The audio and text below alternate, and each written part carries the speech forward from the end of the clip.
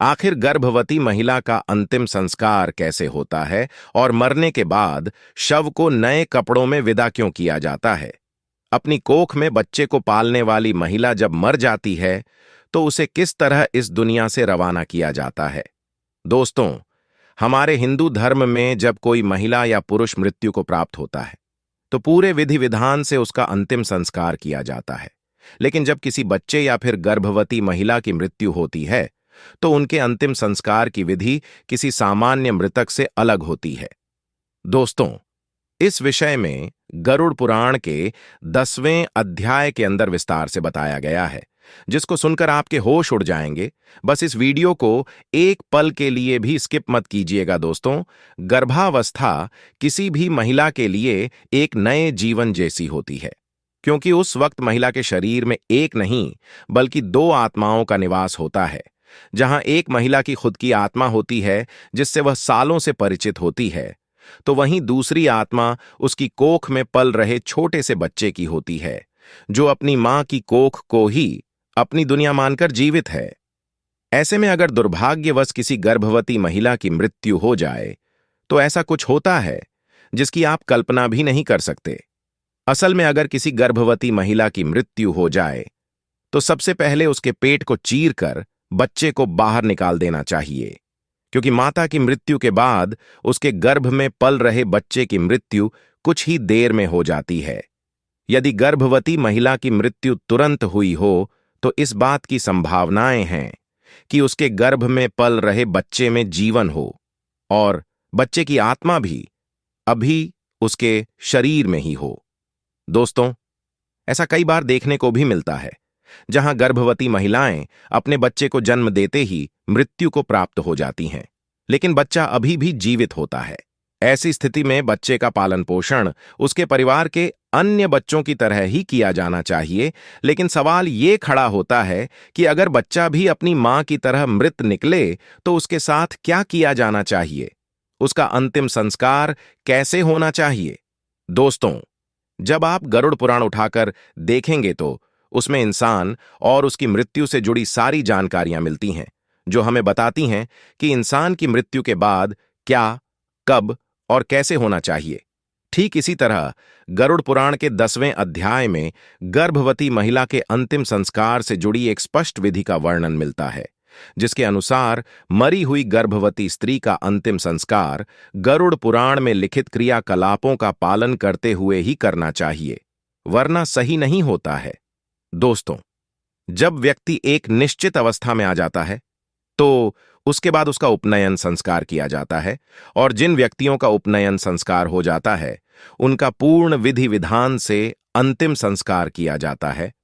अब स्त्रियों में तो उपनयन संस्कार नहीं होता, इसीलिए विवाह को ही उपनयन संस्कार के बराबर मानकर उनका अंतिम संस्कार करने का विधान है। यानी अगर कोई महिला विवाहित है तो पूरी विधि विधान से उसका अंतिम संस्कार किया जाता है, जहां किसी भी स्त्री की मृत्यु के पश्चात संज्ञादान, गोदान, अष्टमहादान, व्रतोत्सर्ग जैसी क्रियाएं करना बहुत ही महत्वपूर्ण माना जाता है।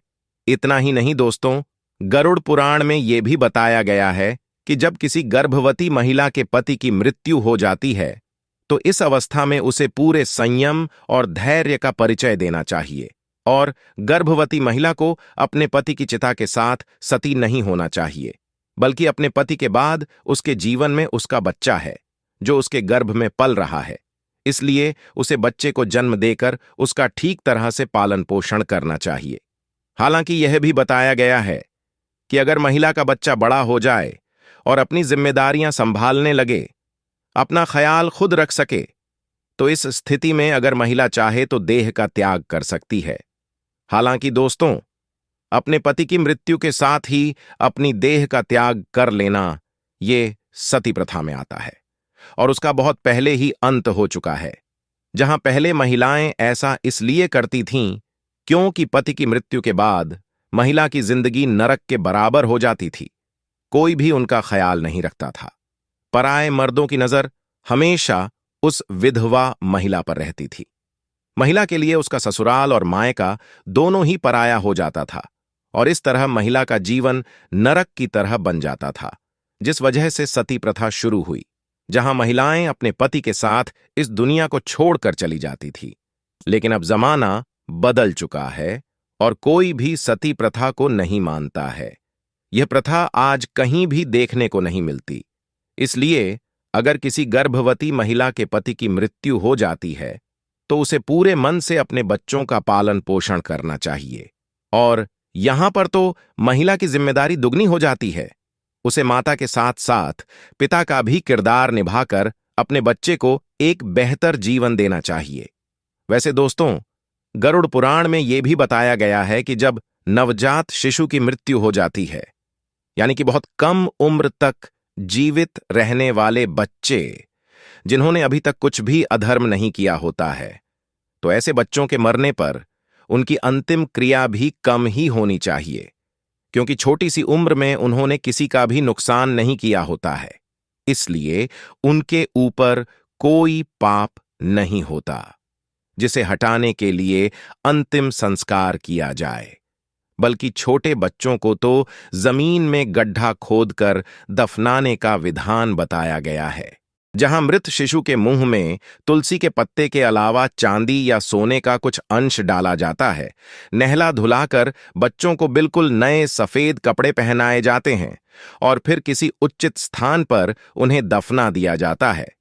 दोस्तों, ये नवजात शिशु से लेकर 8 वर्ष के बच्चों के साथ किया जाता है, क्योंकि 8 वर्ष तक बच्चे बहुत ही ज्यादा मासूम होते हैं। उन्हें किसी का कोई नुकसान नहीं किया होता है। लेकिन जब बच्चे 8 वर्ष की आयु पूर्ण कर लेते हैं तो हिंदू धर्म ग्रंथ में बताया जाता है कि वो अपने उपनयन अवस्था में पहुंच जाते हैं और इस अवस्था से पहले मरने वाले बच्चों को अग्नि से पवित्र होने की कोई आवश्यकता नहीं होती है। इस अवस्था से पहले बच्चे पाप रहित होते हैं। दोस्तों, यही कारण है कि 8 वर्ष से पहले बच्चे को जनेऊ भी नहीं पहनाया जाता। वहीं 8 वर्ष से अधिक आयु वाले बच्चों के लिए दाह संस्कार करने का प्रावधान है और ये क्रिया तब तक संपूर्ण नहीं मानी जाती जब तक उस बच्चे के अंतिम संस्कार के पश्चात उसकी अस्थियों को गंगा में विसर्जित नहीं किया जाता।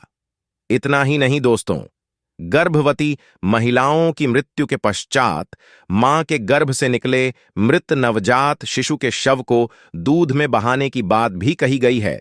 दोस्तों, गरुड़ पुराण में गर्भ के नष्ट होने के संदर्भ में अलग से एक तथ्य का वर्णन किया गया है, जिसके अनुसार गर्भ नष्ट होने पर, यानी कि मां के पेट में ही बच्चे की मृत्यु होने पर कोई क्रिया तो नहीं की जाती, लेकिन ऐसे शिशु की मृत्यु होने पर विशेष रूप से दूध का दान करना उचित माना जाता है।